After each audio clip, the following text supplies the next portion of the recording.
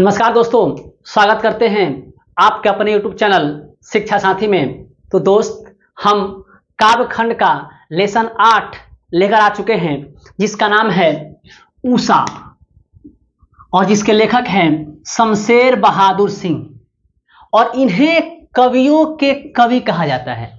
शमशेर बहादुर सिंह को कवियों का कवि कहा जाता है।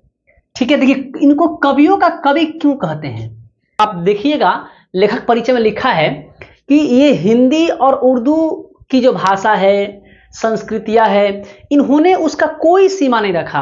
अपने कविता में सबको इन्होंने मिला करके लिखा है। ठीक है, और ये जो लिखे हैं ना अपनी कविता को, तो इनके बारे में दूसरे साहित्यकार कवि लिखते हैं, इसलिए इनको कवियों का कवि कहते हैं। तो ध्यान रखिएगा, अगर आप एग्जाम में क्वेश्चन है कवियों के कवि कौन है, तो शमशेर बहादुर सिंह। चलिए हम शमशेर बहादुर सिंह जी के बारे में जानते हैं। चलिए देखिए, लिखा है लेखक, लेखक का मतलब कवि। यहां पे कवि जो ऊषा जो चैप्टर है, कवि, इसके कवि कौन है? शमशेर बहादुर सिंह। ठीक है, इससे पहले मैं ऊषा के बारे में बता दूं, तो ये चैप्टर लिखे हैं ऊषा। ऊषा का अर्थ क्या होता है? देखिए, ऊषा का अर्थ होता है सीधा भोर। कहीं मैंने यह नोट किया था, हाँ देखिए यहाँ पे ऊषा, इसका होता है सूर्योदय से ठीक पहले का दृश्य, सूर्योदय से ठीक पहले का दृश्य। और हम कहते हैं सूर्योदय के ठीक बाद का दृश्य, ठीक बाद का दृश्य, जब सूर्य का उदय होने से पहले जो लालिमा छाई रहती है। आप देखे होंगे सुबह सुबह जब उठते होंगे तो सूर्य उगने से पहले लालिमा पूरी छाती है आकाश में, और जो सूर्य जब निकलते हैं, तो सूर्य जब निकलता है ना, तो उसमें जो सूर्य की जो चमक आती है ना, किरण, उसी को ऊषा बोला जाता है। अर्थात हम कह सकते हैं सुबह का प्रकाश। इसका अर्थ क्या बोल सकते हैं हम लोग? सुबह का प्रकाश। क्या लिखे हैं? अरुणोदय का दृश्य। अब अरुणोदय मतलब देखिए अरुण उदय का दृश्य। अब अरुण देखिए, यहां जब संधि विच्छेद कीजिएगा ना, तो ये संधि का है। मैं तो इसका संधि का वीडियो लाने वाला हूं। मैं यकीन दिलाता हूं कि आपको बहुत संधि तो पढ़ाऊंगा बहुत आराम से, लेकिन मेरे संधि पढ़ने के बाद आप जीवन भर कभी नहीं भूलिएगा। संधि नहीं, पूरे हिंदी ग्रामर को मैं पढ़ाऊंगा, तो मेरे से पढ़ने के बाद आप हिंदी ग्रामर में आपको कहीं दिक्कत नहीं होगा। जल्द ही 2-3 दिन में संधि का वीडियो आने वाला है। आप एक बार वीडियो मेरा देख लीजिएगा, और जितना भी आपको संधि से डर लगता है, डाउट है, मेरे वीडियो में क्लियर है, बस आप पूरा देख लीजिएगा एक बार। खैर देखिए, यहाँ संधि हुआ है, यहाँ स्वर संधि है। ठीक है, अरुण प्लस उदय, यहाँ अ जमा उ का योग हुआ है। तो अरुण का मतलब होता है लाल प्रकाश, गहरा लाल उदय का दृश्य। जब गहरा लाल का उदय होता है, जब सूर्य निकलता है, तो आकाश में जो लालिमा छाती है ना, गहरी लालिमा, उसी को अरुण बोलते हैं। गहरा लालिमा को अरुण बोलते हैं, उसका उदय होता है का दृश्य। जब सूर्य निकलता है तो गहरी लालिमा का जो दृश्य होता है, उसे ही बोलते हैं अरुणोदय का दृश्य, अर्थात ऊषा। यहाँ लिखा भी है भोर। आप ऊषा समझ गए? ठीक है, जिसपे कोई दाग नहीं होता है, एकदम स्वच्छ और सुंदर दिखता है, उसी का नाम है ये ऊषा। चलिए बिना देर के शुरू करते हैं यहाँ से। इसके कवि कौन है? शमशेर बहादुर सिंह। जन्म का हुआ 13 जनवरी 1911 ईस्वी को इनका जन्म हुआ था देहरादून, उत्तराखंड। उत्तराखंड देहरादून में, देहरादून वहां का जिला है, शहर है। यहाँ गांव का नाम नहीं दिया है, बस आपके जो एनसीईआरटी में दिया है वही एग्जाम में आएगा, इतना मान लीजिए। आपके एनसीईआरटी से बाहर एग्जाम में नहीं आएगा। जन्म स्थान कहाँ है? देहरादून, उत्तराखंड। माता का नाम प्रभुदेई, क्या? प्रभुदेई। और पिता कौन है? तारीफ सिंह। पिता कौन है? तारीफ सिंह। देखिए एक बात समझिए, शमशेर बहादुर सिंह, थोड़ा ट्रिक से याद कीजिए इसको। शमशेर बहादुर सिंह, ये जो है ना शेर थे, बहादुर थे। हाँ, तो इनके पिता इनकी तारीफ करेंगे, यानी पिता तारीफ सिंह। कौन? पिता तारीफ सिंह नहीं कह सकते हम लोग। शमशेर ये बहादुर थे, तो पिता कौन थे? तारीफ सिंह। याद हो गया। प्रभुदेई, और जो बहादुर होता है ना, जो शेर होता है, बहादुर होता है, उसे भगवान भी आशीर्वाद देता है, भगवान भी आशीर्वाद देता है। तो प्रभु मानो भगवान, देई, प्रभुदेई आप याद रखेंगे। उनकी माता का नाम प्रभुदेई और पिता का नाम तारीफ सिंह। ठीक है। कलेक्ट्रेट में रीडर, रीडर मतलब होता है उपाध्यक्ष। कलेक्ट्रेट में रीडर, देखिए यूनिवर्सिटी में जाइएगा तो रीडर का अर्थ होता है उपाध्यक्ष, उपाचार्य जिसे बोलते हैं। तो कलेक्ट्रेट में ये रीडर थे, उपाध्यक्ष थे, उपाचार्य थे एवं साहित्य प्रेमी। ये क्वेश्चन पूछेगा आपसे, किस कवि के पिता साहित्य प्रेमी थे? तो शमशेर बहादुर सिंह। ध्यान रहिएगा, साहित्य प्रेमी कौन थे? बहादुर सिंह, शमशेर बहादुर सिंह के पिता। आगे शिक्षा, 1928 ईस्वी में हाई स्कूल किए। 1928 ईस्वी में वो हाई स्कूल किए, मतलब मैट्रिक किए, 10th किए। 1931 ईस्वी में इंटर, और 1931 ईस्वी में उन्होंने इंटर के पढ़ाई किए। 1933 में बीए किए। पहले बीए 2 साल का ही था, अब 4 साल का बिहार में हो गया है, पहले 2 साल का ही था। 1933 में बीए किए, और कहां से किए? इलाहाबाद से किए। इलाहाबाद यूनिवर्सिटी से वो बीए करते हैं। कब? 1933 से। ये ध्यान रखिएगा, इसलिए कि ऐसा क्वेश्चन एग्जाम में पूछता है, और जब ऐसा क्वेश्चन पूछेगा तो बहुत कम लोगों से बनता है। हम चाहते हैं आपसे बने, बस हमारा यही मकसद है। 1938 ईस्वी में एमए अंग्रेजी से ये पूछेगा शमशेर बहादुर सिंह एमए किस भाषा से किए? हाँ, किस विषय से किए? तो अंग्रेजी से। ठीक है, कोई दिक्कत? अब देखिए आगे पारिवारिक जीवन। अब उनका पारिवारिक जीवन कैसा था? तो पारिवारिक जीवन हम देखे हैं 1929 ईस्वी में धर्म देवी से विवाह। उनका विवाह कब होता है? 1929 में धर्म देवी से उनका विवाह होता है। 1933 ईस्वी में पत्नी की मृत्यु, और 1933 ईस्वी में उनकी पत्नी अर्थात धर्म देवी की मृत्यु हो जाती है। एक बात और ध्यान देखिए, मान लीजिए आपको ये ट्रिक्स मैं याद करा रहा हूं, थोड़ा ध्यान देख लीजिएगा। उनका नाम था शमशेर बहादुर सिंह। तारीफ किया जाएगा, भाई शेर है, बेटा बहादुर है, तो पिता तारीफ सिंह, और भगवान भी उसे आशीर्वाद देता है, तो प्रभुदेई माता। देखिए शेर जंगल का राजा होता है, आप मानते हैं ना? शेर जंगल का राजा होता है ना, कि बाघ होता है?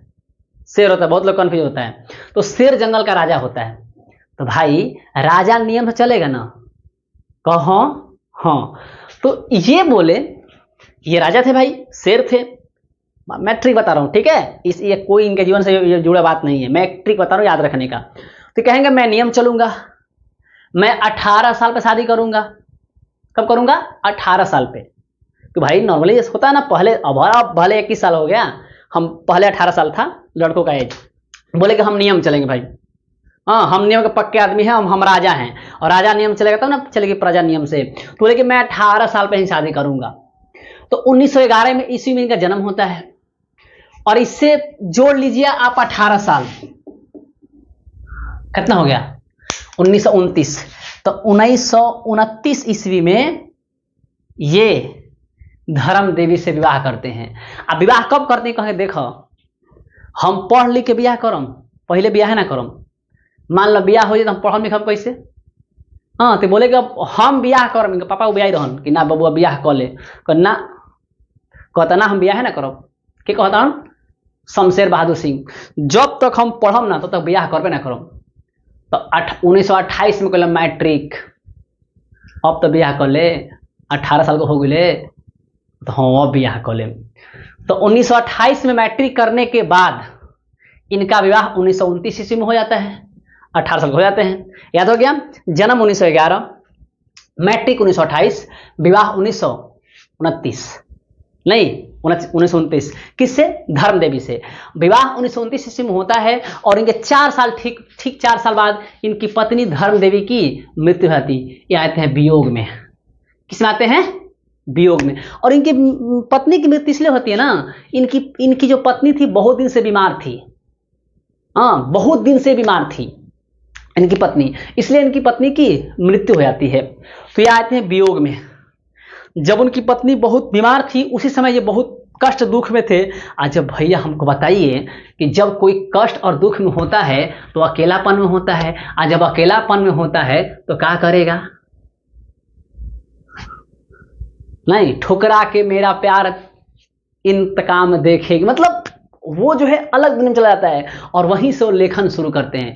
क्या करते हैं? लेखन। तो वो पहली बार लेखन की शुरुआत 1932 से 33 ईस्वी के बीच की है। उनकी पत्नी की तबीयत खराब 32 से ही होगा, 33 में उसकी मृत्यु हो गई। तो वो अपनी लेखन की शुरुआत कब से कब किए? 1932 से 33। याद हो गया? मैट्रिक से आपको कराया। पहला प्रभुदेई माता, पिता तारीफ सिंह, भाई शेर के पिता रोहन नहीं, तारीफ सिंह प्रभुदेई 1911, आपको याद ही होगा। 18 साल बाद शादी धर्म देवी से ना, तो 1929 में शादी हो गया। कब शादी हो रही है? मैट्रिक पास करने के बाद 1928 में। 31 में क्या किए? इंटर किए। 33 में क्या किए? देख लीजिए यहाँ पे, बीए किए। और 38 में जाकर के वो अंग्रेजी से, ठीक है, यहां तक आपको याद हो गया। ये यहां पूरा तक याद हो गया आपको, यहां तक याद हो गया। अब देखिए ये पूरा आपको याद हो गया। 1981 से ये इंपॉर्टेंट है, कुछ ज्यादा इंपॉर्टेंट है। 1981 से 85 ईस्वी तक प्रेमचंद सृजन विक्रमशिला विश्वविद्यालय उज्जैन के अध्यक्ष रहे। मैं आपको लाइन समझाता हूं, देखिए। उज्जैन में विक्रमशिला विश्वविद्यालय था और विक्रमशिला विद्यालय में अलग अलग डिपार्टमेंट होता है। उसमें डिपार्टमेंट था प्रेमचंद सृजन पीठ।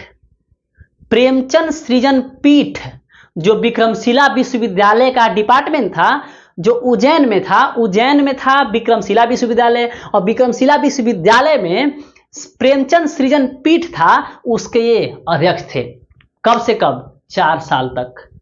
1981 से 50 से पूछेगा कि विक्रमशिला विश्वविद्यालय में अध्यक्ष के पद पर वो कब से कब तक रहे, तो 1981 से 1985। आपसे इसमें जो क्वेश्चन पूछ दे आप ध्यान रखिएगा। ये इतना आपको याद हो गया। चलिए, 1978 ईस्वी में सोवियत संघ रूस की यात्रा की। ये क्वेश्चन बहुत इंपॉर्टेंट है, इसलिए इंपॉर्टेंट है ना भाई, ये एग्जाम में आ चुका है। और ऐसा नहीं कि 1-2 बार आया हुआ, 3-4 बार आया हुआ है। आप देख लीजिएगा क्वेश्चन बैंक। तो 1978 पूछता है कि कौन ऐसे कवि हैं जो सोवियत संघ रूस, पहले रूस सोवियत संघ रूस कहा था, यूएसएसआर, ठीक है। तो कौन से ऐसे कवि हैं या लेखक हैं जो सोवियत संघ रूस यात्रा करने गए थे? तो हाँ, शमशेर बहादुर सिंह। और कहां यात्रा, कब यात्रा किए थे? 1978 में। समझ में क्या आ गया? अब समकालीन। देखिए समकालीन किसे बोलते हैं? समकालीन का मतलब सम माने बराबर, कालीन मतलब काल, काल माने समय। बराबर समय में मतलब जब ये अपना लेखन लिख रहे होंगे, जब अपना लेख लिख रहे होंगे, साहित्य लिख रहे होंगे, कविता लिख रहे होंगे, उसी समय कोई और कवि होगा जो अपना साहित्य लिख रहा होगा। हाँ, उसी को बोलते हैं। तो ये कवि और वो कवि, या ये लेखक वो लेखक, ये साहित्यकार वो साहित्यकार, दोनों समकालीन हो गए, एक ही समय के हो गए, उसे बोलते हैं समकालीन। तो इनके समकालीन थे अगे जी और नागार्जुन जी। हाँ, अगे और नागार्जुन जी इनके समकालीन थे, ठीक है। 2 कवि थे। आगे थे आधुनिक हिंदी कविता में स्वच्छंद चेतना के प्रयोगशील कवि। हिंदी की जो आधुनिक कविता है, हिंदी के क्षेत्र में जो आधुनिक कविताएं हैं, उसमें प्रयोगशील कवि के रूप में दूसरे सप्तक में उदित हुए। देखो कवियों का 2 सप्तक हुआ था, पहले सप्तक, दूसरे सप्तक, और दोनों सप्तक हेड थे अगे जी। देखिए सप्तक क्या, सप्तक था 7 कवियों का समूह।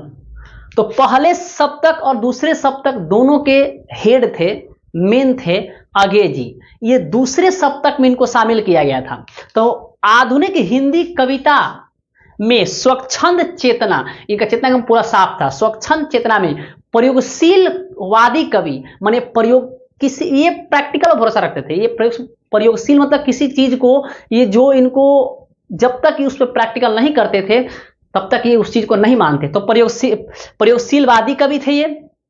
तो पूछेगा प्रयोगशीलवादी कवि कौन है? हिंदी, आधुनिक हिंदी कविता में प्रयोगशीलवादी कवि कौन है? तो शमशेर बहादुर सिंह, और दूसरे सप्तक के रूप में ये उभर कर आए। दूसरे सप्तक में इनका नाम, इन्होंने अपना एक लिखा भी है दूसरा सप्तक, आगे मिलेगा आपको, उनके कृति भी है दूसरा सप्तक। उसी समय से फेमस होने लगे। पूछता है क्वेश्चन एग्जाम में कि शमशेर बहादुर सिंह किस लेखन के बाद फेमस होने लगे, तो दूसरे सप्तक, जो शायद 1951 में लिखे थे। आगे आपको मिलेगा, देखते हैं आगे। 1932 से 33 में अपना लेखन की शुरुआत किए, आपको बताएं हम।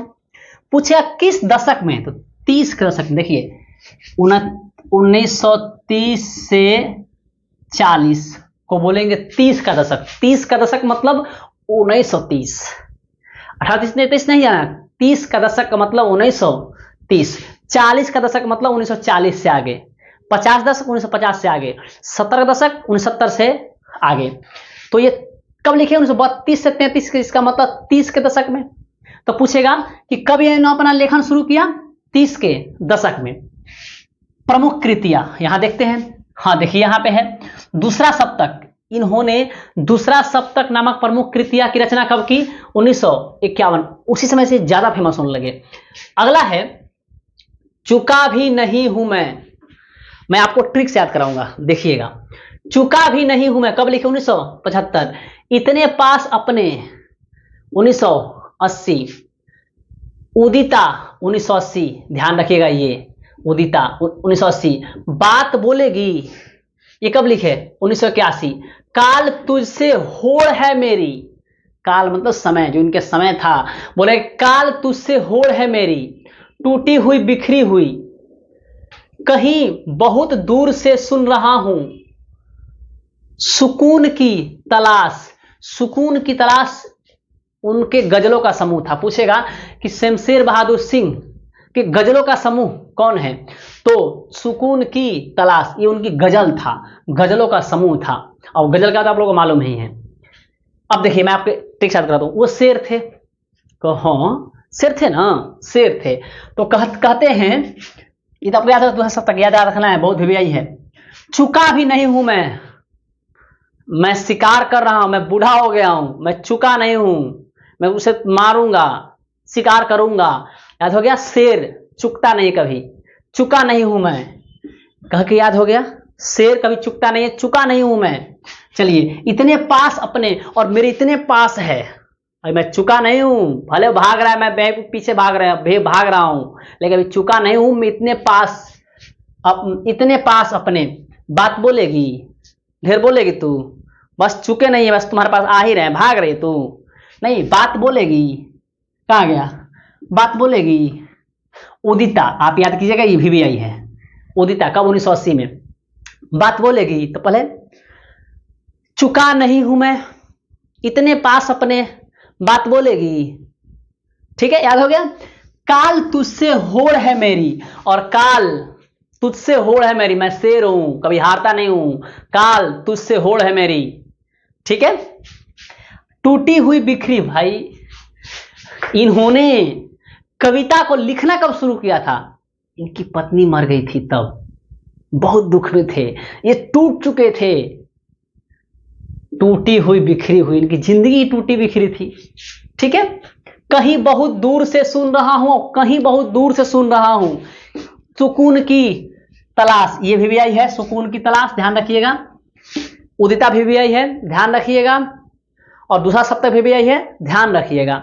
चुका नहीं हूं मैं, ध्यान रखिएगा, ठीक है। चुका नहीं हूं मैं, इतने पास अपने, बात बोलेगी, काल से होड़ है मेरी, कितना इंपॉर्टेंट है, याद हो गया।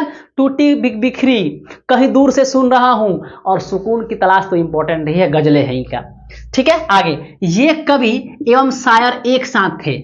आपसे पूछेगा कि वो कौन से कवि हैं जो कविता के साथ साथ शायरी करते थे। माने किसी को शायरी करते तो मतलब कविता बोलते थे ना, तो शायर उसमें शायरी जोड़ देते थे, तो कविता के साथ साथ ये शायर भी थे। तो पूछेगा आपसे कौन कवि थे ऐसे थे, तो शमशेर बहादुर सिंह।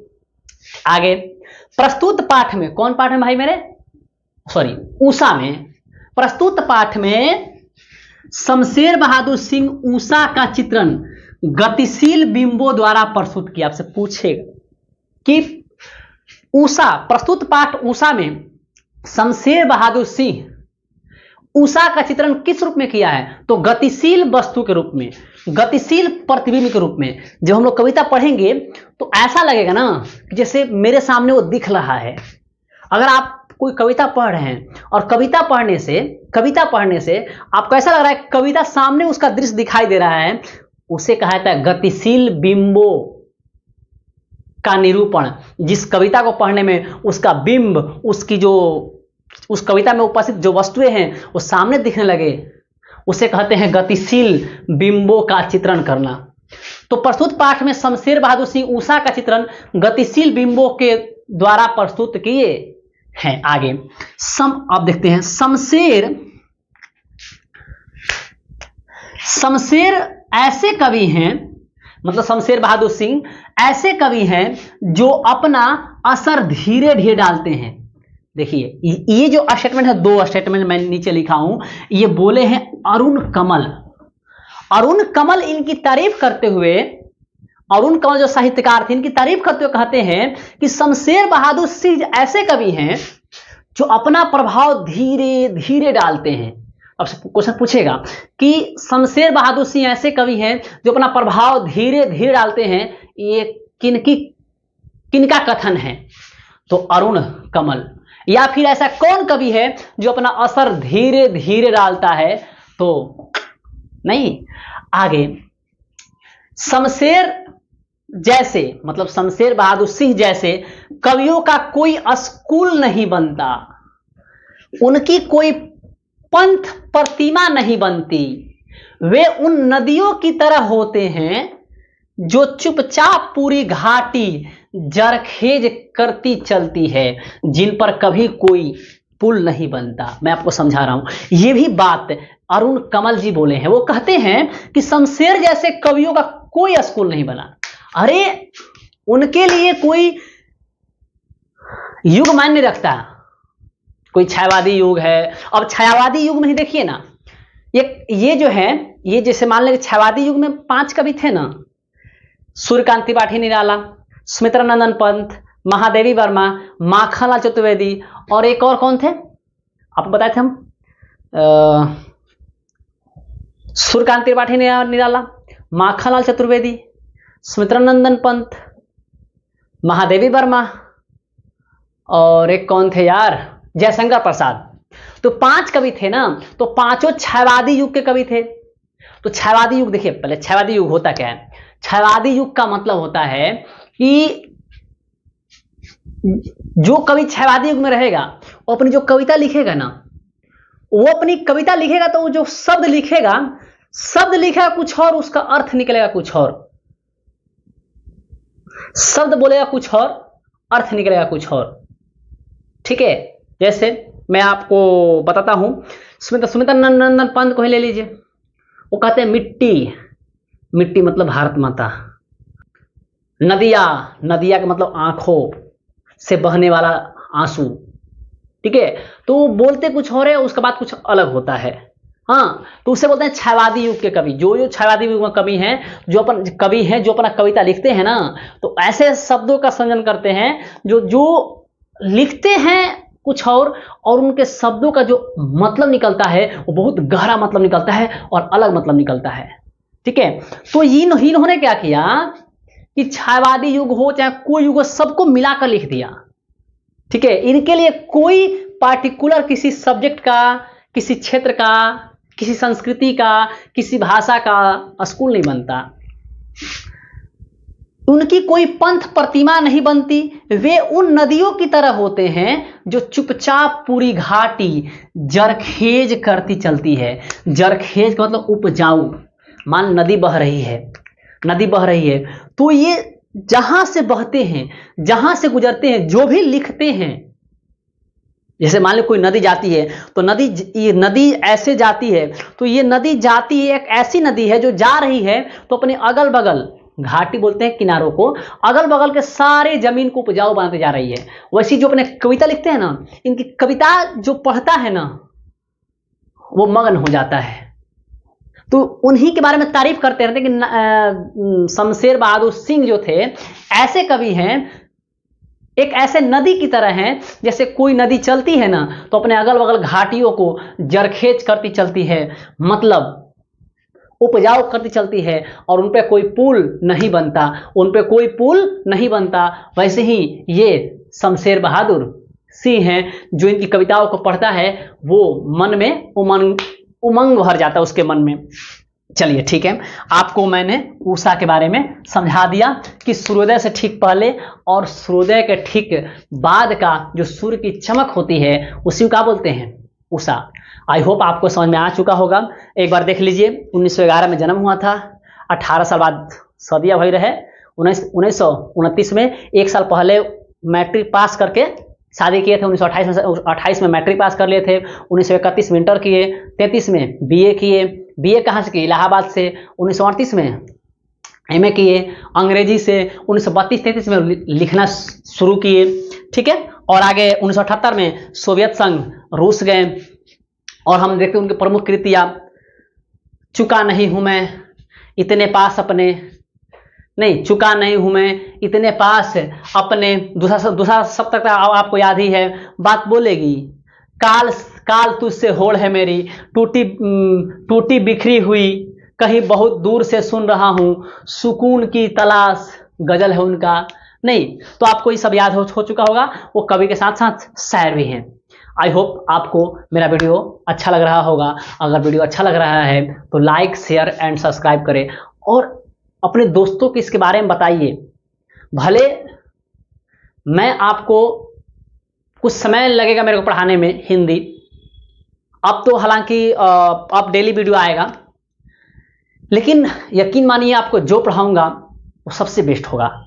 और मैं जल्द ही हिंदी ग्रामर लेकर आ रहा हूं, और आप मेरा हिंदी ग्रामर पढ़ के देखिएगा, आपको खुद लगेगा कि नहीं हम यहाँ सबसे अलग पढ़ें। और आपको साथ ही साथ मैं प्रीवियस ईयर क्वेश्चन भी कराऊंगा हिंदी ग्रामर का, और इन चैप्टरों का मैं तुरंत सब्जेक्टिव क्वेश्चन लेकर के आ रहा हूं। चलिए मिलते हैं नेक्स्ट वीडियो में कविता के साथ।